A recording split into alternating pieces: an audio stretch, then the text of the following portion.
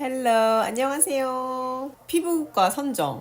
저한테 진짜 요즘에 되게 많이 물어보세요. 뭐 피부 관리부터 해가지고 특히 피부과 어디 다니는지 진짜 많이 물어보시거든요. 82는 82년생이신가요? 네, 맞습니다. 네, 저 82년생이어가지고 8이에요. 한 가지 좀 이제 말씀을 드리자면 처음에 내가 이런 관리를 피부과에서 받아본 경험이 없다. 나는 지금 이제 피부과 입문자다. 그러신 분들한테는 제가 이거를 꼭 말씀드리고 싶었어요. 우리가 흔히들 공장형 피부과가 있고 그 다음에 프라이빗하게 하는 그런 피부과가 있잖아요. 공장형은 맨 처음에 비기너 입문자들은 전 비추해요. 처음에 여러분들이 이제 큰 돈을 쓰잖아요. 피부과는 어쨌든 돈이 100단위로 들어가거든요. 저도 마찬가지였어요. 제가 한 37에 피부과를 입문했는데 그 전까지는 뭐 피부에 그렇게 돈을 안 쓰다가 피부과에 딱 갔는데 기분이 거긴 100인 거예요. 친구 소개받고 갔는데 거기는 김 원장님 혼자서 하는 피부과였어요. 근데 여기는 토닉만 10회 100이었어요. 요즘 토닉 막 10회 5, 60 하잖아요, 솔직히. 그래서 what? 그러니까 한 번 할 때 10만 원 쓰는 거예요. 그래서 저도 이거 너무 비싼데? 라고 생각은 했지만 피부가 안 좋아지니까 출산하고 나서 처음에 그냥 개인 병원으로 가서 했어요. 결과적으로는 굉장히 좋은 선택이었다. 저는 그렇게 말씀드리고 싶어요. 왜냐면요. 우리가 처음에 돈 100을 이렇게 들여서 하잖아요. 그러면 내가 어떤 생각이 드냐면 안 하다가 막 레이저 같은 것도 하고 주사 같은 거 이렇게 하잖아요. 이게 박잖아요. 주사 이렇게 다 찔러. 그러면 어떤 현상이 일어나냐면 매일매일 거울을 봐. 여러분 그래 안 그래? 그렇지 않아요 여러분. 그쵸? 매일매일 거울을 이렇게 보면서 나 뭐 좋아진 거 없나? 나 왜 안 좋아지지? 나 레이저 했는데 왜 나 여기 아직도 잡티 보이지? 막 그리고 막 그전보다 더 막 얼굴에 막 홍조 생긴 것 같고 더 막 빨개진 것 같고 그렇게 된단 말이에요. 왜? 내가 돈을 썼으니까. 성형하신 분들도 그 얘기를 하는 거예요. 이렇게 만약에 뭐 코 수술했다, 뭐 눈 수술했다 이러면은 처음 했을 때는 이게 되게 센시티브하게 맨날 막 거울 앞에 가가지고 막 체크하고 여기 왜 이렇게 부었어? 막 이렇게 되게 막 노심초사하고 그런다고 하더라고요. 피부과도 똑같아요. 제가 처음에 피부과에 입문했을 때 저는 토닉만 했는데도 불구하고 여기 막 시간 지났는데 이거 더 커진 것 같고 막 빨개진 것 같고 되게 예민하게 굴었어요. 이제는 그러니까 5년째 제가 이제 피부과를 다니거든요. 이제는 안 그래요.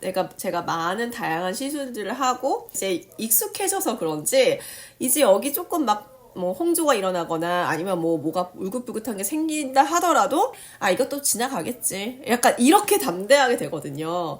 그런데 아무튼 입문자 때는 안 그래요, 여러분. 네, 처음에 입문했을 때는 굉장히 내가 큰 돈 들였기 때문에 엄청 예민해진다.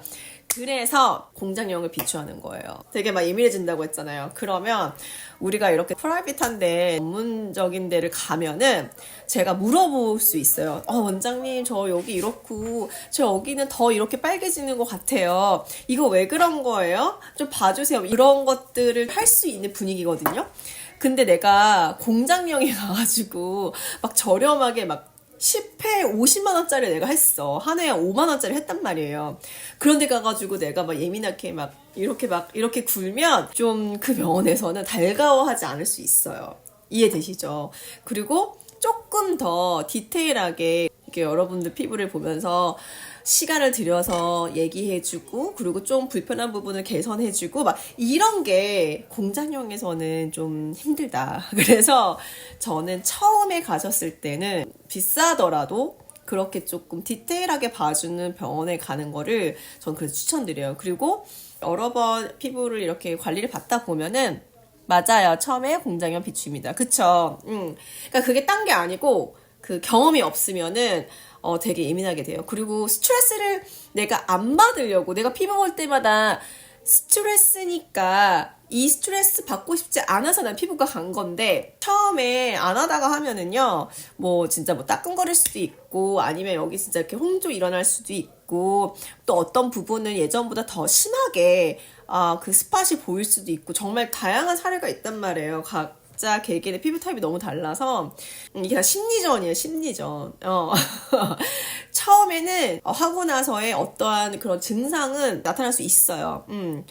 저도 그랬어요. 저도 사실은 처음에는 막 여기 더 막 진해진 것 같고 여기는 별 효과 없는 것 같고 막 그래서 원장님한테 여기 왜 그래 막 다 얘기했거든요. 근데 그 원장님은 개인형 그 피부과였기 때문에 되게 잘 받아주셨어요. 그리고 막 설명도 막 자세히 해주면서 그리고 정 그게 불편하면 제가 이런 쪽으로 조금 더 서비스로 해드릴게요. 약간 이게 된단 말이에요. 그래서 저는 처음에 입문자 분들한테는 공장력 가지 마시고 조금 더 돈 주더라도 나의 스트레스, 트러블이 발생했을 때 그거를 깔끔하게 애프터케어 해주는 대로 가셔라. 안녕하세요. 네, 이걸 저는 진짜 꼭 얘기하고 싶었어요. 나중에 이제 여러분들이 좀 더 여러 가지 시술 받아보고 뭐 주사도 맞아보고 얼굴이 막 저 보셨죠? 막 저 그 스킨보톡스랑 막 리쥬랑 받았을 때 저 얼굴 막 한뜬 것처럼 된 거 보셨죠? 그러니까 그런 것도 다 해본 다음에 약간 담력이 생겨요, 여러분. 그러면 그때는 공장용 가도 돼. 토닝 정도는 저는 공장용 가도 된다고 생각해요. 토닝이랑 뭐 보톡스 정도는 그렇게 엄청난 의사 테크닉을 요하는 그런 시술은 아니라고 저는 사실 생각하거든요. 그래서 안녕하세요. 그래서 저는 그런 거는 괜찮다. 이해되시죠? 그리고 필러, 전 스킨보톡스, 그러니까 얼굴에 많은 주사 바늘을 넣어야 되는 보톡스, 스킨보톡스, 리쥬라 막 이런 거는 저는 그래도 좀 개인 병원이라든지 좀 숙련된 의사분들이 계신 곳에 가는 게 좋다고 저는 생각해요. 왜냐면은 그 공장형은요, 피부과는 지인도 있고 안녕하세요. 그래서 이렇게 귀동냥으로 저도 좀 들은 게 많은데 아무래도 공장형에는 노련한 연륜이 있는 의사분들이 계시기보다는 좀 이렇게 젊고 실습을 좀 해야 되는 그런 분들이 많이 이제 일하시는 곳이라고 하더라고요. 이게 뭐 조심스러운데 되게 말하기. 그래서 아무래도 우리가 그분들의 약간 마루타가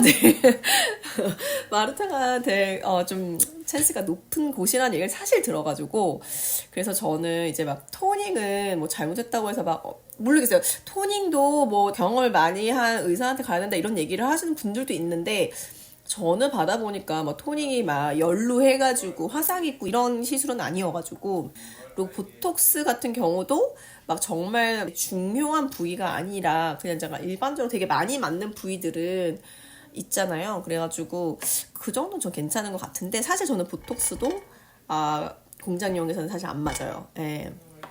안녕하세요. 그래서 저는 그거를 어쨌든 저한테 이렇게 문의를 주실 때마다 이거를 막 구구절절 다 얘기할 수가 없잖아요. 한두 번도 아니고. 그래서 이거 영상으로 찍어놔야 되겠다. 이런 생각에 좀 했고요. 그리고 그 외에 이제 막 정말 필러라든지 뭐 진짜 막 실 리프팅이라든지 울세라 써마지 막 좀 이런 시술들은요. 저는 진짜 연륜 많은 데로 가셔라. 왜냐면 울세라 같은 경우도 의사분의 그 숙련도에 따라서 다르다고 하더라고요. 잘못하면 볼펜이 올 수 있고 오히려 안 하느니 못하는 경우도 있고 그렇다고 해가지고 그 다음에 두 번째는요. 피부과 같은 경우는요. 온라인상의 후기를 너무 믿기보다는 오히려 지인들의 그 추천을 통해서 가는 게 전 제일 확실한 것 같아요. 제 경험상. 그러니까 제 지인들이 가봤는데 안녕하세요. 별로 트러블 같은 거 많이 없고 그래서 되게 효과 잘 보고 애프터 케어도 되게 좋았다. 좀 그런 데에서 소개를 받는 거. 저는 그게 일단 또 두 번째. 이 두 가지를 아무튼 여러분들이 생각하시면서 피부과를 결정하셨으면 좋겠다. 이제 금방 40대 중반 되고 이제 금방 40대 후반 되겠죠? 웬일이야. 보톡스 같은 것도 공장형 비추하시나요? 네, 저는 그래요. 왜냐면은 제가 보톡스를 이제 1년에 2번 정도 맞아요. 텐저리님. 왜냐면 이제 5, 6개월마다 한 번씩 맞는 걸 추천하잖아요. 그 텀을 그렇게 두라고 하잖아요.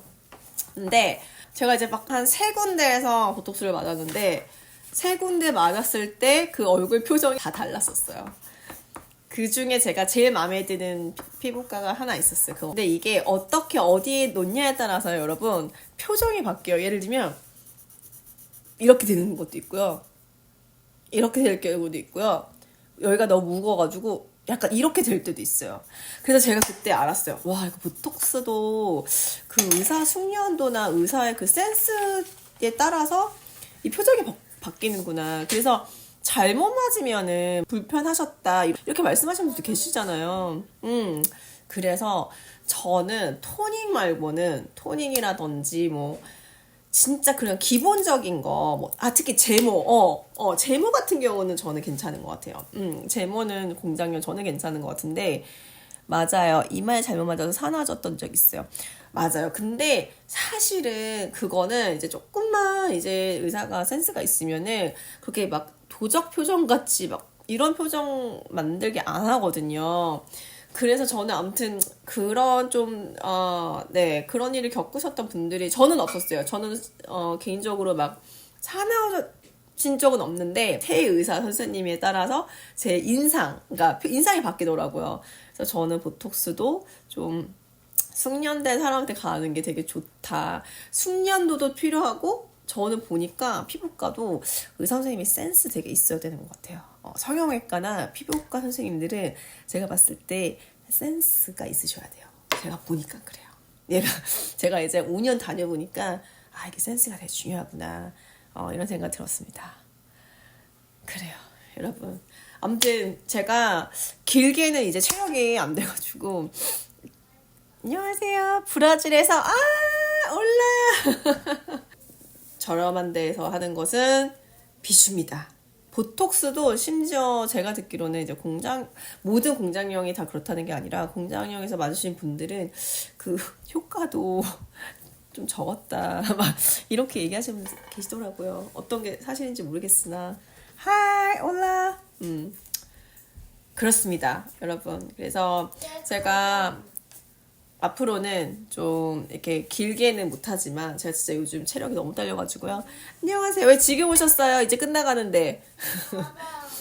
길게는 못하지만 이렇게 짧게 여러분들한테 좀 이제 자주 받는 질문들에 대해서 공유하는 시간을 갖도록 할게요. 어땠어요? 여러분 유익이 되셨나요? 유익이 되셨길. 아무튼 그러면은 저는 이만 자러 가겠습니다. 그래요. 제가 이거 에디팅 해가지고 틈틈이 올려드릴 테니까 그때 보세요. 노우님. See you. Bye.